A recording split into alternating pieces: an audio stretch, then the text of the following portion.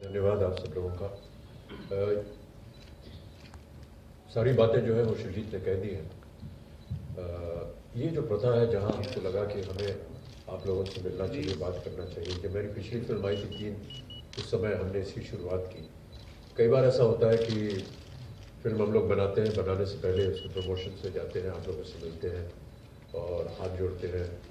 आशा होती है कि आप लोग उसका प्रमोशन करेंगे, लेकिन जब फिल्म रिलीज़ हो जाती है तो आप हमें भूल जाते हैं, हमें आपको भूल जाते हैं।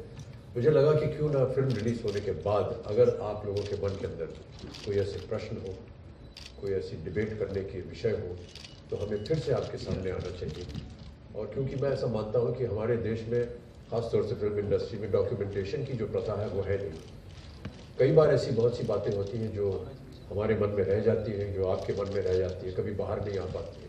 आप लोग पत्रकार हैं, आप लोग अपने माध्यमों से उसे व्यक्त कर सकते हैं, लेकिन कुछ ऐसी बातें होती हैं जो हम लोग भी कहना चाहते हैं फिल्म की रिलीज़ के बाद, और उसके बारे में हम जानना चाहेंगे, आपसे सुनना चाहेंगे, आपके प्रश्नों का उत्तर देना चाहेंगे, बहस करना चाहेंगे। हो सकता है कि इससे शायद आगे कुछ लोगों का कल्याण हो सके। तो यही वजह थी कि आप लोगों को यहाँ बुलाया। हमारे लिए बड़े गर्व की बात है कि जिस तरह से इस फिल्म की प्रशंसा हो रही है वो अद्भुत रही है। कई ऐसे जगहों से, कई ऐसे व्यक्तियों से जिनसे कभी भी पहले कभी कोई संपर्क ही नहीं था, उनसे उनके मैसेजेस आते हैं, उनसे बातचीत होती है। और कहीं ना कहीं हमें लगता है कि जिस विषय से, जिस आशा से हमने इस फिल्म को बनाया था वो कहीं ना कहीं पूरी हुई है। बाकी सब यहाँ पर कलाकार हैं, ये भी आपके सामने उपस्थित हैं। हम तो चाहेंगे कि अब आप लोग हमसे प्रश्न पूछें और हम आपको उसका उत्तर दें, बहस करें। बहुत सी अच्छी बातें हैं, बहुत सी जो न बातें अच्छी हो वो भी बोलिए, जो भी आपके मन में हो उसे बोलिए, हम उसका उत्तर देने का प्रयत्न करें। जस्ट एक चीज मैं एक जन को और लोग हैं, मैं आपके सामने। हाँ जी सर, सवाल ये है कि ऐसे कई फ्राइडे आए होंगे आपके पूरे करियर में अभी तक, और ये फ्राइडे कितना खास था इस बार? जिस तरीके से फिल्म को हर एक वर्ग ने सराहा है, तो ये शुक्रवार कैसा रहा आपके लिए?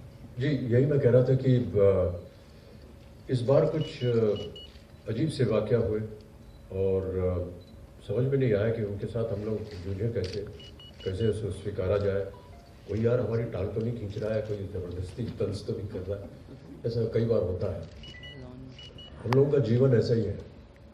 हम लोगों को जब ज़्यादा तारीफ कोई कर देता है तो लगता है यार शायद कुछ गड़बड़ हो गया मुझसे। तो यही हमारी फीलिंग्स थी। लेकिन जब बार बार उसी चीज़ को वो कहते गए, मानते गए, तो कहीं ना कहीं हमें लगा कि सचमुच ये जो प्रशंसा है ये एक सच्चाई है, दिल को छू गई है। बहुत अच्छा लगा। एंड मैं कैप्टन ऑफ द शिप से भी कहना चाहूँगा कि बहुत ही बेहतरीन फिल्म बनाई है अनिरुद्ध साहब आपने। ये जिस तरीके से आपकी फिल्म को सराहा जा रहा है, इसे कैसे ले रहे हैं आप? I am overwhelmed. I am extremely happy, and this film is for all the women and men who got humiliated for the past, few decades. And I thank Shujit to hold my hand and to help me to do this. I am choking, and I thank all my collaborators, all my actors, everybody. My music director, editor, everybody, my cinematographer, the way they helped me, they were beside me, it's like a family. And this is a very personal venture for us. This is not a commercial venture. And I thank Mr. Amitabh Bachchan to say this word, no means no. And this is enough, and this is end of everything. Yeah, absolutely. सबको बता दूं तापसी जी भी आ रही है, तो उसके just she is coming in a few moments. या से कामयाब होगी, लोग इतने सराहेंगे उस फिल्म को।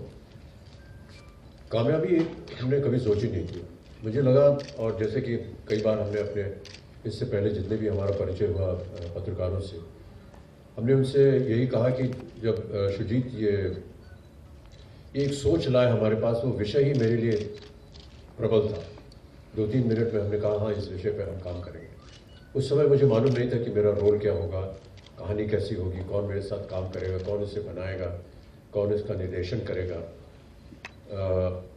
केवल वो सोच जो थी वो अच्छी थी। ख़ास तौर से ये कि कई सालों से जब से थोड़ी सी ऐसा माना जाता है कि हमारे दिमाग के अंदर थोड़ी बहुत बुद्धि है अभी भी, तो ऐसा लगा कि ये एक ऐसा विषय है जिस पर मैंने कभी इसको दोबारा नहीं सोचा इसके बारे में। मुझे लगा कि यही सत्य है, यही सच्चाई है जीवन की, और जिस तरह से हमारी परवरिश हुई हमें ऐसे ही माहौल में हमें रखा गया, हमारी शिक्षा भी ऐसी थी। और जब कभी भी इस विषय के ऊपर हम बातचीत या चर्चा होती थी तो मुझे अजीब सा लगता था। फिर जब एक आध कार्यक्रमों में मैंने भाग लिया जिसमें मैंने इस विषय पर बात की, और बहुत सारे ऐसे उदाहरण थे मेरे साथ जो कि मैं एक जो टीवी शो कर रहा था कौन बनेगा करोड़पति, उसमें बहुत से ऐसे हॉट सीट पर महिलाएं आती थी जिनके जीवन को उनके बारे में सुन करके मुझे बड़ा अफसोस होता था, कई बार क्रोध भी होता था। और जब मैंने उसका वर्णन किया तो यूनाइटेड नेशंस ने मुझे कहा कि आप गर्ल चाइल्ड के एम्बेसडर बन जाइए। तो उसके संदर्भ में भी जब मैं काम कर रहा था तो बहुत सी ऐसी घटनाएं सामने आती थी, तो कहीं ना कहीं मेरे मन के अंदर ये विश्वास था कि इस विषय के ऊपर इस तरह की एक फिल्म बननी चाहिए। जी आज नहीं हूँ आपसे, जब भी 70 के दशक में फिल्में बनती थी तो जो मर्द होता था, जैसे कि आप कह रहे हैं, वो लड़ता किसके लिए था? वो अपनी हीरोइन के लिए लड़ता था। तो ऐसा कहना कि हम सिर्फ अपनी मर्दानगी दिखा रहे थे, ये शायद इतना उचित नहीं होगा। हमेशा जितना भी हीरो था वो अपनी हीरोइन के लिए ही लड़ता था, पोएटिक जस्टिस वहीं पर आता था।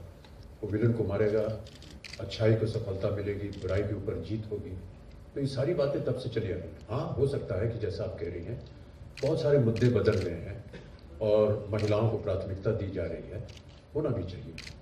जैसे जैसे समाज बदलता गया, जैसे जैसे दशक बदलते गए, आदतें बदलती गई, ये सारी चीज़ें जो हैं ये बिंबित करती हैं हमारे सिनेमा में। हमने केवल एक दर्पण आपके सामने रखा है और हमने कहा कि इसे देखिए, हो सके अगर इसमें आपकी शक्ल दिख जाए तो उसे परिवर्तित कीजिए, उसे बदलिए, या जैसा कि हम कह रहे हैं वैसा कीजिए।